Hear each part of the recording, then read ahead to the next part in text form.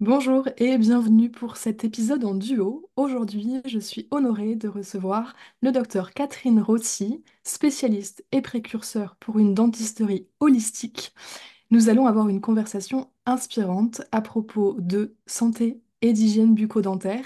Merci, docteur Rossi, d'avoir accepté mon invitation. Merci beaucoup, Barbara, pour votre confiance.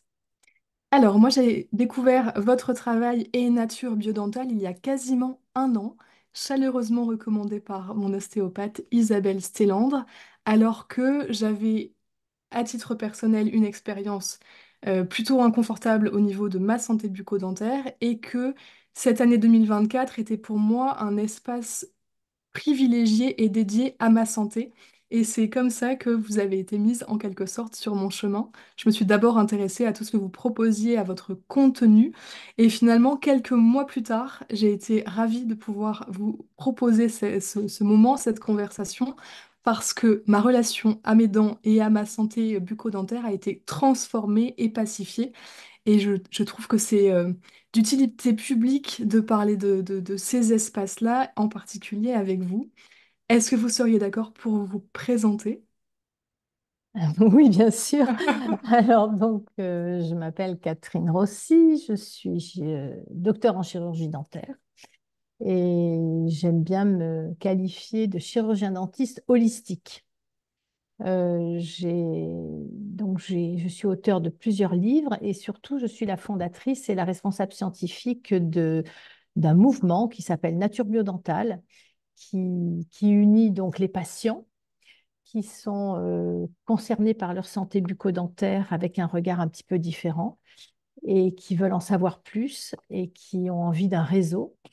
Et puis, dans ce groupe, on trouve aussi les médecins et tous les thérapeutes, tous les praticiens de santé, vraiment au sens large, qui ont besoin, enfin, à mon, c'est pour ça que m'adresse à eux, parce que je pense qu'ils ont vraiment besoin de comprendre ce qui se passe dans la bouche des personnes qu'ils accompagnent, donc soit de leurs patients, s'ils sont médecins ou thérapeutes, ou des personnes qu'ils accompagnent, parce que, comme on va le voir, il y a des liens entre les dents et la santé.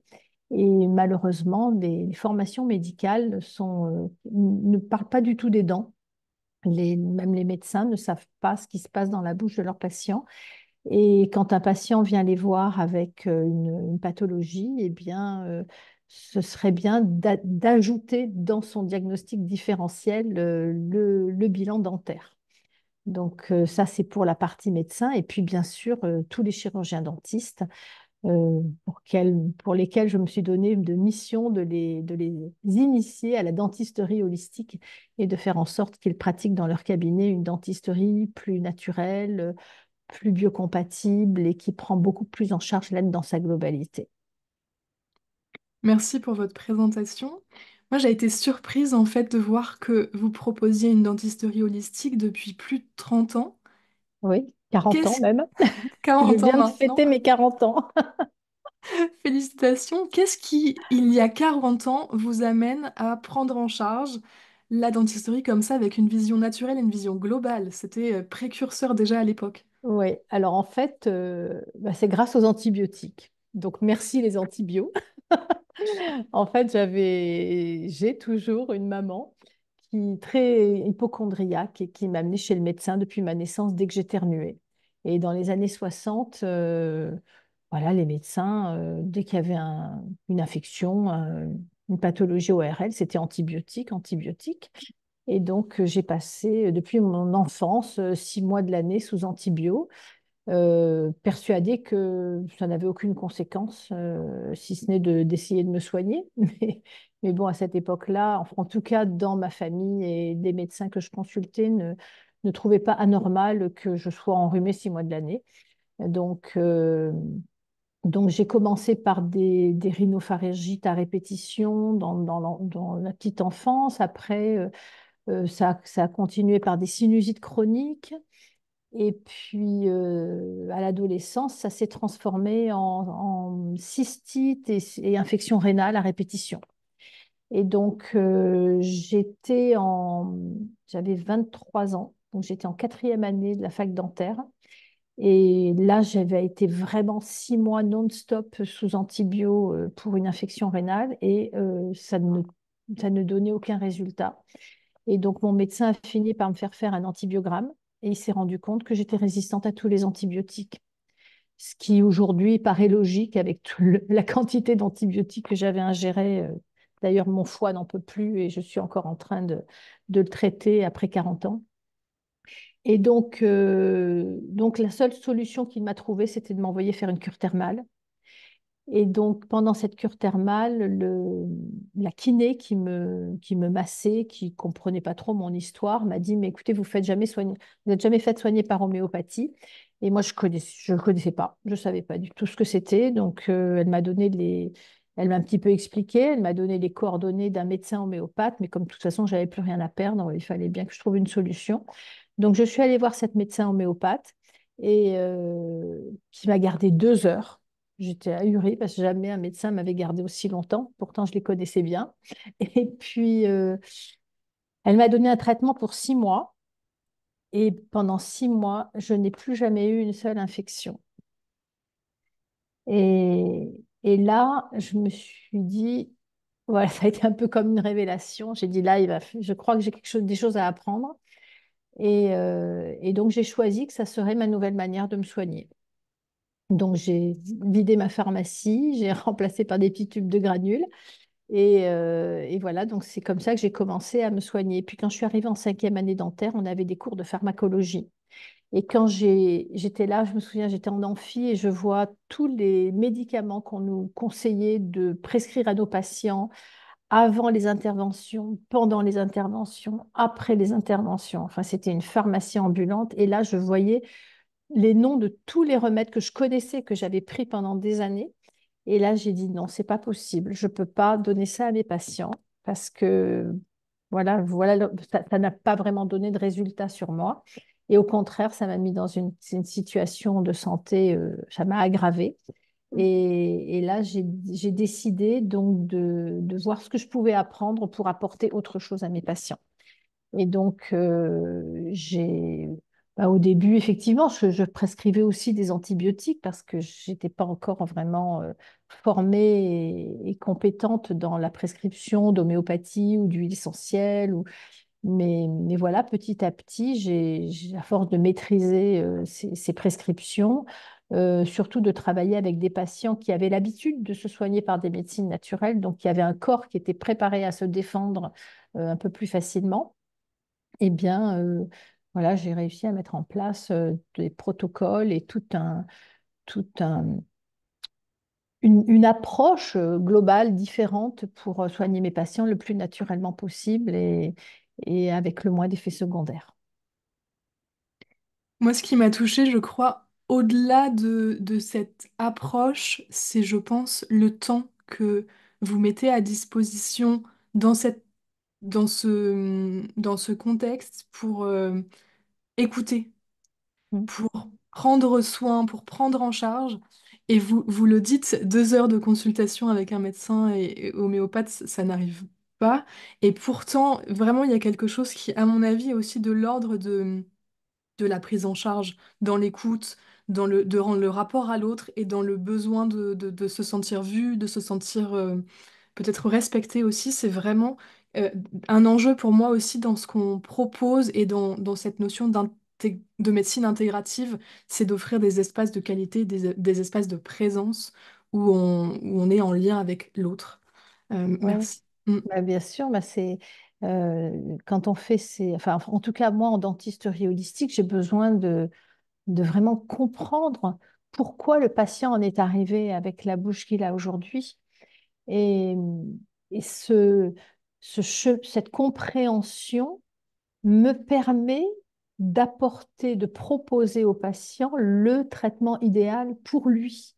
Parce qu'on a toute une palette de traitements. Pour une pathologie, on a 5 ou 6 types de traitements. Donc, lequel va être le plus en accord avec le patient, lequel va lui correspondre le plus, lequel le patient va pouvoir s'approprier. Il faut qu'un patient s'approprie un traitement. Et ça, on ne peut pas le faire comme ça, avec un coup de baguette magique. Il faut comprendre vraiment qui est le patient qui vient nous voir.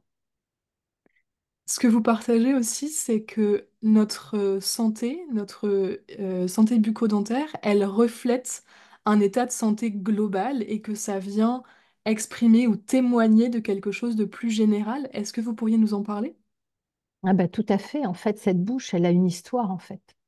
Quand vous arrivez et que vous nous faites un beau sourire et que vous nous dites j'ai mal là ou j'ai mal là, eh bien, en fait, tout ça, c'est une histoire. C'est un processus qui s'est mis en place depuis des années et et qui est le résultat de toute une vie. Donc, une vie métabolique, une vie biologique, une vie de mouvement et une vie d'émotion. Voilà. Donc, euh, donc il faut bien 1 heure pour cerner tout ça.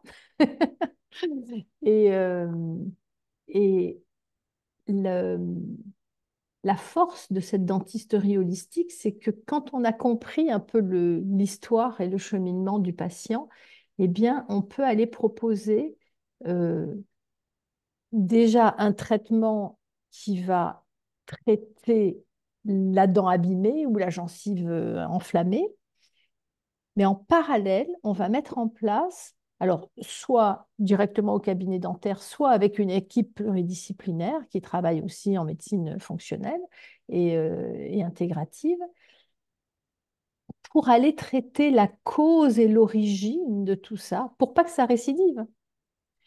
Parce que là, aujourd'hui, on va dans un cabinet dentaire classique et c'est tout à fait légitime et on le fait aussi dans un cabinet holistique. On va vous montrer comment vous brosser les dents, on va pas vous montrer comment passer votre fil dentaire, éventuellement les petites brossettes interdentaires, vous en avez besoin.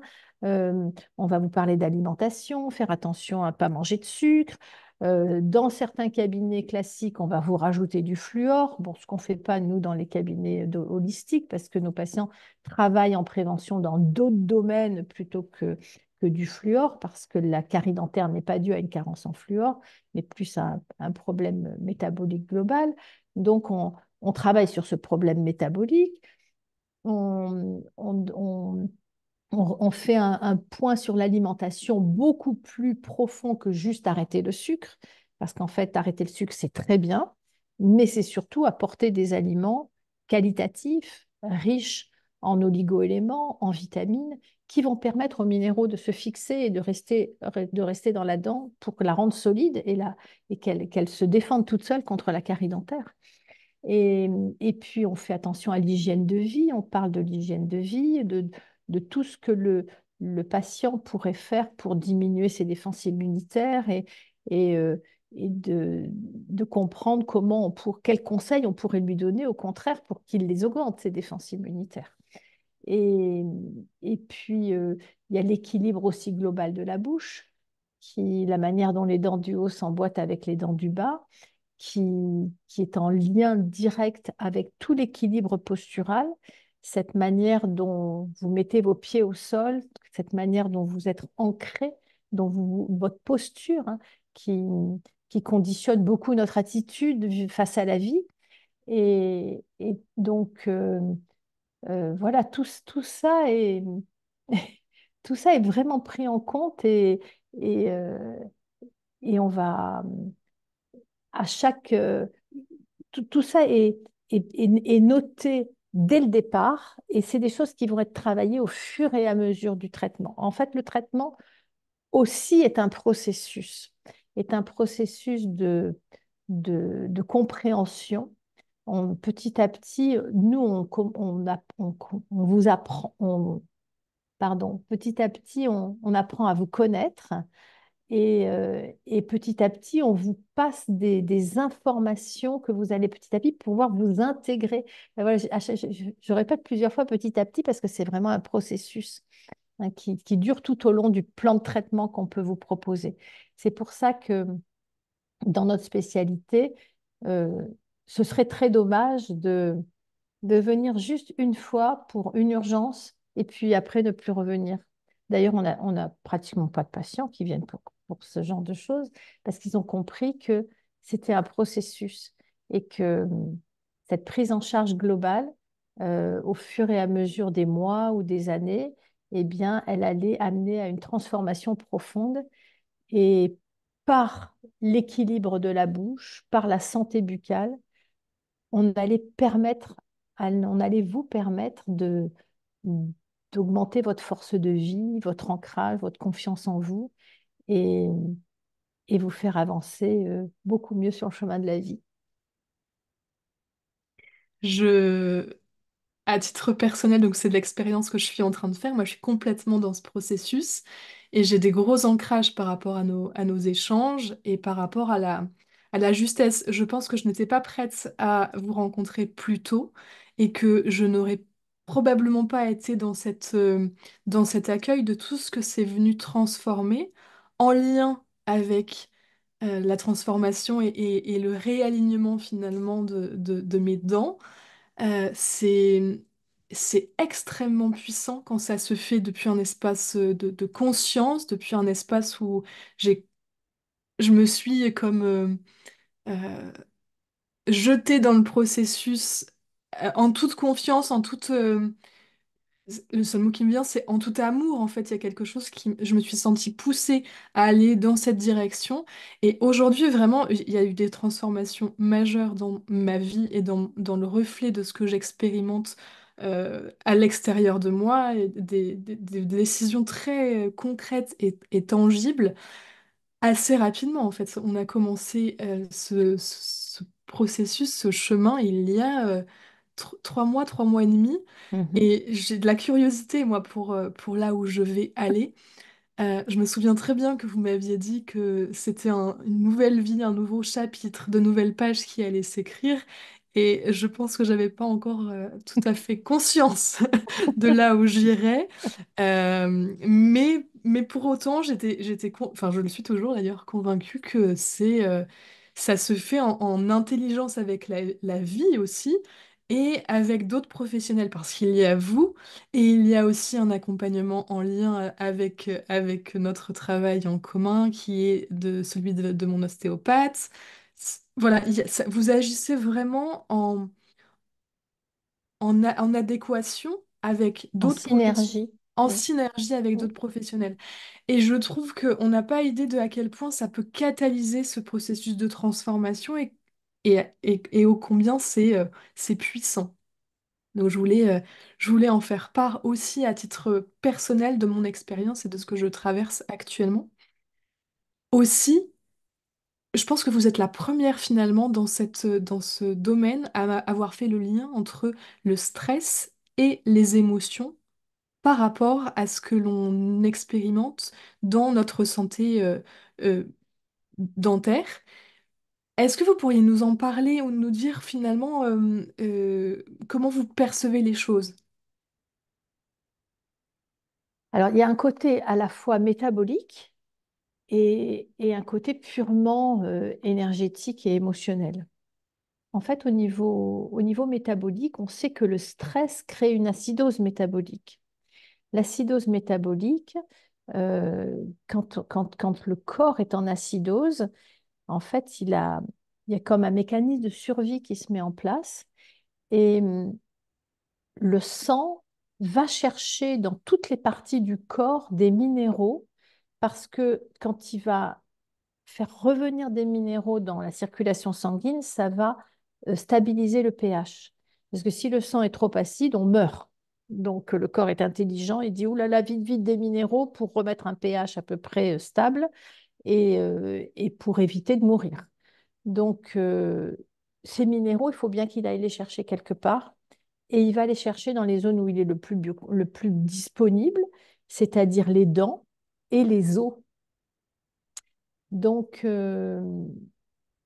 au niveau des dents, eh bien, il va chercher des minéraux. Donc, la dent, elle se déminéralise. Donc, la structure cristalline de la dent est, est fragilisée. Et donc, elle est beaucoup plus sensible à la carie dentaire. Quand il y a de la plaque bactérienne qui arrive sur une dent qui est déminéralisée, vu que la plaque bactérienne déminéralise les dents, eh bien, la dent n'a plus aucune force pour se défendre et les caries se développent très, très rapidement. Au niveau des os, euh, les, autour des racines dentaires, il y a un os qui est très fragile qu'on appelle l'os alvéolaire, qui est un os qui est assez poreux et qui vit avec les dents. C'est-à-dire que quand on arrache les dents, cet os alvéolaire, il diminue, il disparaît. Mais c'est là, c'est le siège de la fameuse maladie parodontale, quand on a les gencives qui saignent et qu'on perd l'os autour de ses racines dentaires. C'est à cet endroit-là que ça se fait. Et donc, pareil, quand il y a du stress, l'acidose va faire perdre les minéraux de l'os autour de ses racines dentaires. Donc, le stress aggrave aussi la maladie parodontale. Et puis après, une fois que les minéraux qui étaient un petit peu en superficie ont disparu dans ces zones-là, eh bien, si le stress continue, le sang va aller chercher les minéraux dans nos os, les os de notre squelette, et c'est comme ça qu'on se met en ostéoporose, hein. Donc, le stress, vous voyez, agit sur toutes les masses minérales du corps. Voilà. Donc, on a vraiment, ça, c'est une des causes biologiques du stress. Ensuite, au niveau du stress, il y a des causes aussi physiques, c'est-à-dire que quand on est stressé, on a tendance à serrer des dents. Et le serrement de dents, eh bien, en fait, il use les dents. Si, il y a deux phases, c'est-à-dire qu'au début, le stress fait serrer des dents. Mm. Et si ce serrement de dents se fait sur une bouche qui n'est pas bien équilibrée, si le haut et le bas sont pas bien en face, si les dents ne se répartissent pas toute la même charge de manière équilibrée, en fait, le cerveau, ça envoie un message au cerveau qui, lui, cherche l'équilibre. Donc, ce serrement va se transformer en grincement. Et donc, pendant le stress, on serre les dents et puis comme c'est pas bien équilibré, du coup, le cerveau, surtout pendant la nuit, il se met à grincer comme ça pour user les dents et pour retrouver des surfaces planes et équilibrées. Il cherche à avoir des appuis stables partout. Et ce serrement de dents, en même temps, va stimuler le nerf trijumeau qui est le nerf qui innerve toutes les dents et au niveau des yeux aussi, hein. Il y a trois branches, celle des yeux, celle du maxillaire supérieur, celle du maxillaire inférieur. Et ces trois branches, elles se retrouvent dans un ganglion qui est en arrière de la bouche, qui s'appelle le ganglion trigéminal. Et donc, c'est quand on excite ce nerf trijumeau, il va envoyer un... Bon, c'est pas très scientifique ce que je vous dis, mais c'est pour que tout le monde comprenne, c'est très schématique. Ça envoie une excitation au niveau de ce bulbe, de ce ganglion trigéminal à l'arrière de la bouche, enfin au milieu du cerveau. Et quand ce bulbe est excité, il envoie des influx nerveux aussi au niveau du cerveau, au niveau de l'hypophyse, au niveau de toutes nos glandes, au niveau du cervelet, même au niveau de la glande pituitaire. Enfin voilà, la partie du cerveau est excitée, mais aussi ça descend le long de la moelle épinière et ça va stimuler aussi plein de systèmes neurovégétatifs qui vont aller avoir des répercussions sur beaucoup d'organes. Ça peut provoquer des, des inflammations de la paroi intestinale, ça peut provoquer des blocages d'ovulation avec des stérilités, ça peut provoquer des inflammations au niveau de toutes les articulations, ça peut provoquer j'ai pas la liste là, mais il y a énormément de symptômes qui peuvent être à distance, qui peuvent venir de ce grincement de dents et de ce stress. Et comme en plus, je vous ai parlé d'acidose, ça veut dire qu'il y a aussi acidose égale inflammation.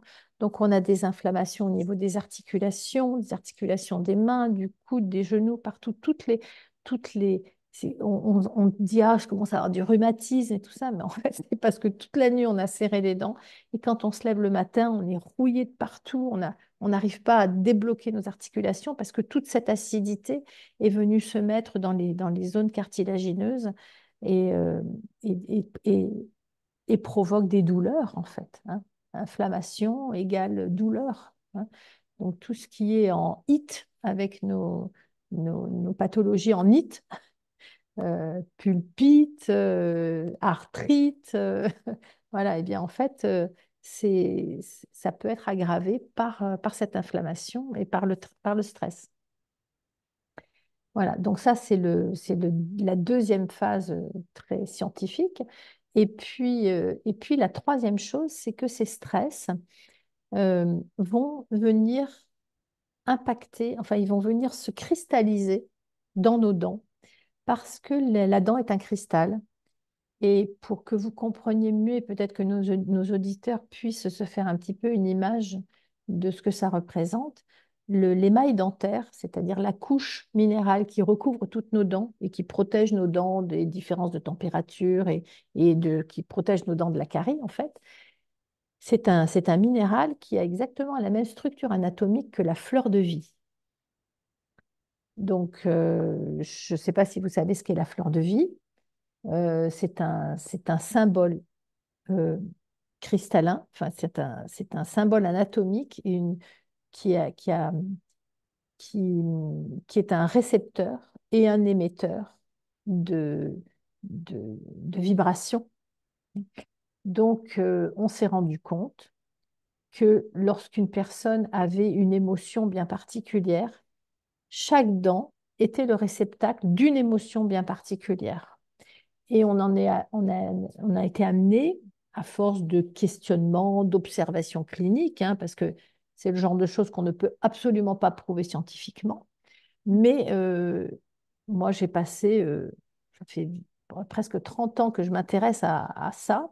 Je me suis posé des questions parce que j'étais très sceptique au début. Et je suis partie sur des hypothèses de d'autres praticiens qui avaient parlé de ça. Et j'ai fait des tableaux et à chaque fois, je posais des questions à mes patients pour voir si ce qui était écrit se retrouvait ou pas. Et donc, j'ai pu confirmer beaucoup de choses. Il y a des choses où j'ai pas vraiment trouvé d'indication, mais j'ai pu en trouver d'autres. Et donc, j'en suis arrivée à faire des tableaux et des liens entre certains types d'émotions et certaines dents. Et c'est quand même assez spectaculaire parce que euh, quand je vois une radio panoramique ou la bouche d'un patient, eh bien, je suis capable de donner des infos et dans la majorité des cas, c'est assez représentatif de ce que vit la personne, de son émotion.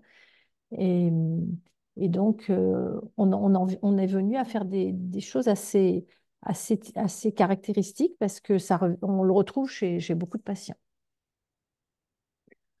Merci beaucoup parce que moi je découvre tout un champ dont j'avais absolument pas conscience et je trouve que c'est déjà très beau de vous en entendre parler de ce thème-là et de faire le lien avec les émotions comme ça. Je trouve que ça ouvre encore des nouvelles options, Ça ouvre enfin un encore un nouveau chapitre. un nouveau chapitre, un nouveau champ des possibles et je suis curieuse d'aller explorer à ce niveau-là. C'est Parce toujours qu'intéressant, ouais. en fait, ce qu'il faut comprendre, c'est que les dents ne font pas mal par hasard. Ils ne se, et il ne se carie pas par hasard non plus. Alors effectivement, comme je vous l'ai dit, il y a le problème métabolique, il y a le problème physique, mais n'empêche qu'on n'attire pas un problème métabolique ni un problème physique par hasard non plus. Et moi, je pense que enfin, j'en suis venue à la conclusion, avec l'expérience des années, euh, qu'en fait, les dents sont nos meilleurs coachs. C'est-à-dire qu'elles, par leur pathologie, elles nous parlent de blessures inconscientes qu'on aurait besoin de voir pour pouvoir avancer dans la vie. Et si on a la chance de pouvoir le décoder de suite dès les premiers signes, eh bien, en fait, la dent, il y a de fortes chances pour qu'elle s'arrête de nous faire mal et qu'elle se renforce du coup vis-à-vis de tous les agresseurs externes et physiques qui, qui pourraient être néfastes pour sa santé. Elle renforce ses défenses, en fait. Parce qu'il y a certaines personnes qui ont de la plaque bactérienne ou qui serrent des dents et qui, en fait, la dent se casse pas, la carie ne se fait pas, et on se dit, mais pourquoi? Pourtant, quand on regarde la bouche, on dit, oh là là, la bouche aurait dû être détruite, mais en fait, ce sont des gens qui n'ont pas ce besoin d'aller exprimer leurs émotions par leurs dents. Merci beaucoup, docteur, aussi pour ce partage.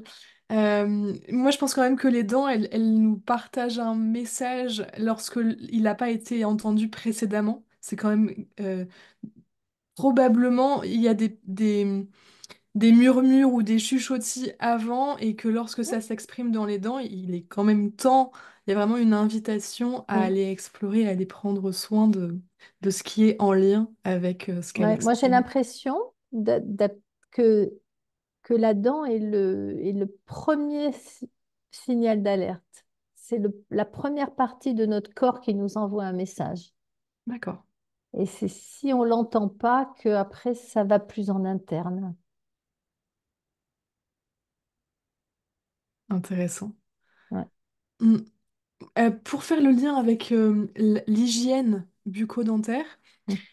lorsque je suis venue en consultation pour refaire le point sur ma façon de me brosser les dents, je vous ai posé la question de à quel moment est-ce qu'on se brosse les dents? Parce que quand j'étais enfant et quand j'ai appris à me brosser les dents, on me disait ben, après le repas, après avoir mangé. Quel est votre point de vue sur cette réponse?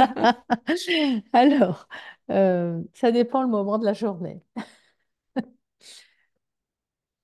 Euh, Moi, je pense qu'il est mieux de manger les dents propres. Donc, l'idéal est de se brosser les dents dès qu'on se réveille le matin. Et après le petit déjeuner, de se rincer la bouche à l'eau claire uniquement pour enlever les aliments. Parce que ce ne sont pas les aliments qui créent les caries, c'est la plaque bactérienne. Cette plaque bactérienne, elle met à peu près 5 ou 6 heures pour se fabriquer. Elle vient des bactéries qu'on a dans la bouche. Donc ces bactéries, c'est normal, elles font partie de notre microbiote et on en a besoin pour vivre et pour se défendre. Donc, c'est pas du tout, il ne faut pas du tout faire la chasse aux bactéries. Il faut juste éliminer le produit de leur métabolisme qui est très acide et qui est néfaste pour les dents. Fut une époque où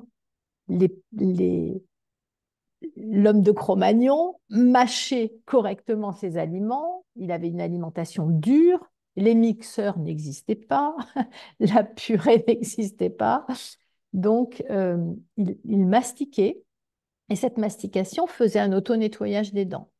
En plus, il avait une alimentation naturelle qui n'était absolument pas transformée, sans aucun additif ou aucun pesticide.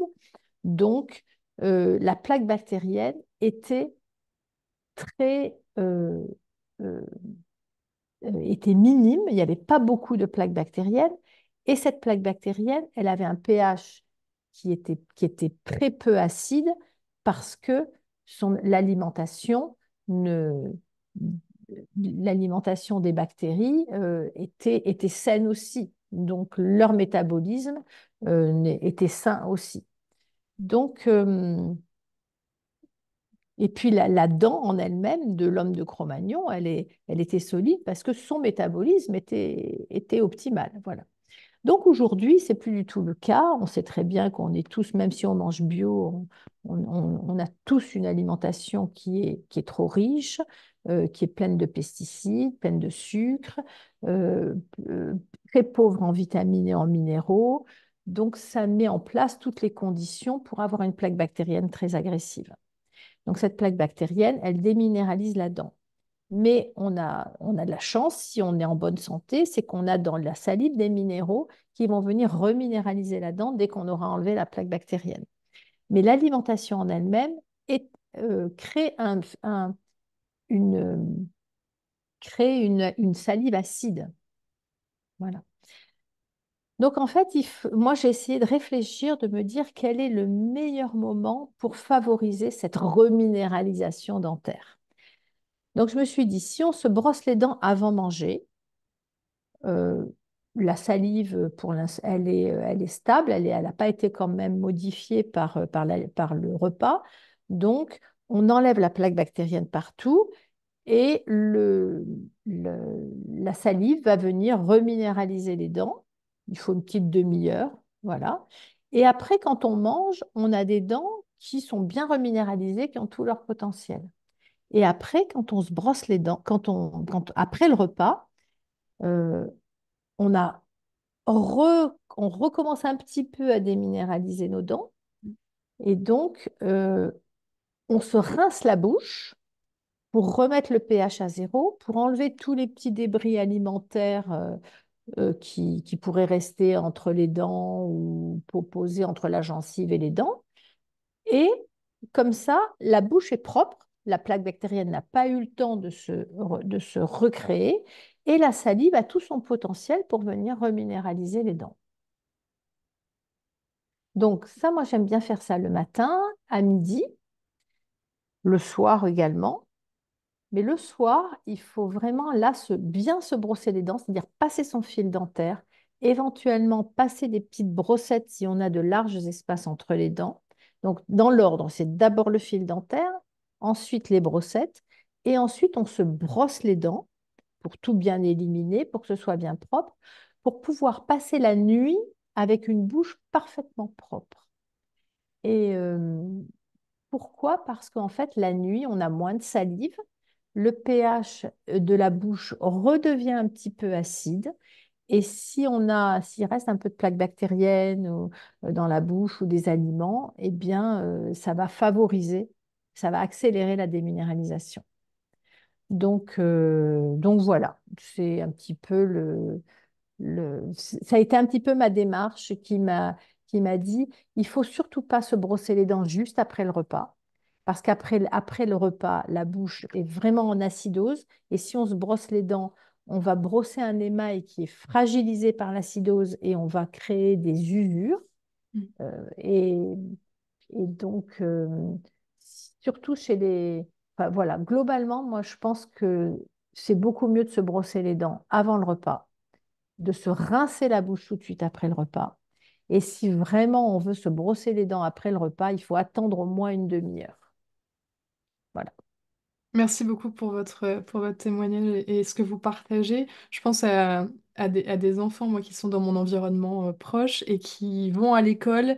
Ils ont un petit moment pour prendre le petit déjeuner. Et tout de suite après, on se brosse les dents pour avoir les dents bien propres. Et avec ce que vous venez de partager, j'espère qu'il y aura peut-être de nouvelles habitudes qui seront peut-être Voilà. Bon, on fait au proposées mieux, de toute façon, hein. Je veux dire, dans l'idéal, ce serait ça. Après, chacun fait comme il peut. toujours. Mais c'est vrai d'avoir une autre vision et puis de parfois questionner nos habitudes. Ça peut toujours ouvrir Oui, à oui. d'autres expériences. Mm, mm. Merci infiniment, Catherine Rossi, docteur Rossi, pour votre présence, pour votre générosité.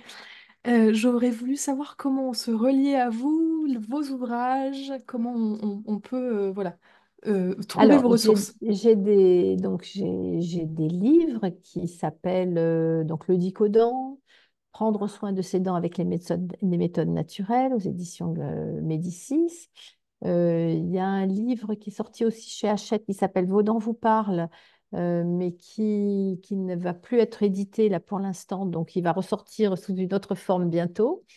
Voilà, et puis sinon, il y a surtout le site naturebiodental.com où là, c'est plein de ressources. Il y a aussi une chaîne YouTube, il y a un compte Instagram.